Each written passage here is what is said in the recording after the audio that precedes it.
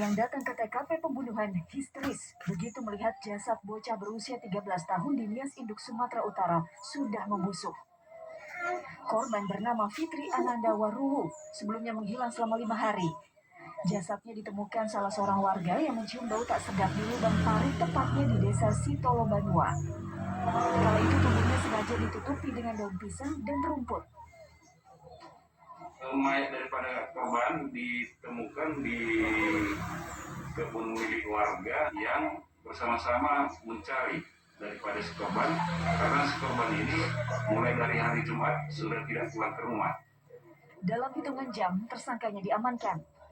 Ia adalah Elisman Hareva, pria 34 tahun yang tak lain adalah tetangga korban. Tersangka berdalih kesal karena siswa kelas 6 SD itu memaki orang tua tersangka saat dinasehati kala sedang bermain.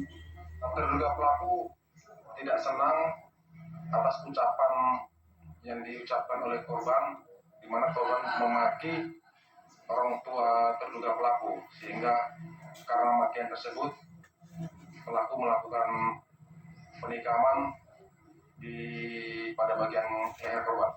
Aparat Polres Nias turut mengamankan sebilah badik dan pakaian korban. Kini tersangka terancam 15 tahun penjara. Dohar Franklin Sianipar melaporkan dari Nias Induk, Sumatera Utara.